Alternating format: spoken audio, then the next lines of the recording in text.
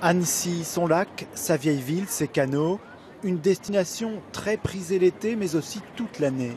Il y aurait ici environ 1 millier de logements loués via la plateforme Airbnb. Comme cette petite maison au calme, en plein centre, un peu plus de 200 € la nuit pour 5 personnes et désormais, en plus pour les locataires, la taxe de séjour. Il faudra qu'on l'intègre dans notre prix.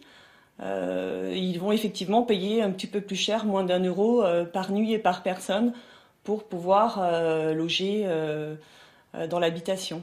Alors mon appartement, c'est le 3e étage. Où il y a les chaises et la petite table en bois là-haut.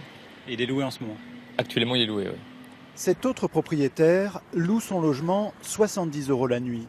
Il n'a rien contre la collecte de la taxe, à condition de garder sa marge.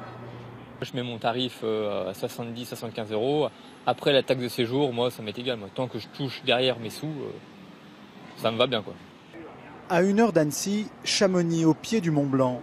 Ici, cela fait déjà 1 an qu'Airbnb a mis en place la collecte de la taxe de séjour. Sous la pression notamment des hôteliers qui dénoncent la concurrence déloyale des particuliers. 1 an après, donc, pour les professionnels, le bilan est mitigé.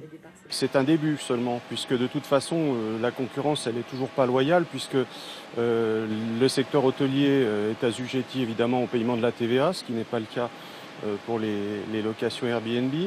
À Chamonix, on estime à environ 1500 les logements en location sur Airbnb. Et la commune reconnaît que la plateforme contribue à sa fréquentation et donc à son économie.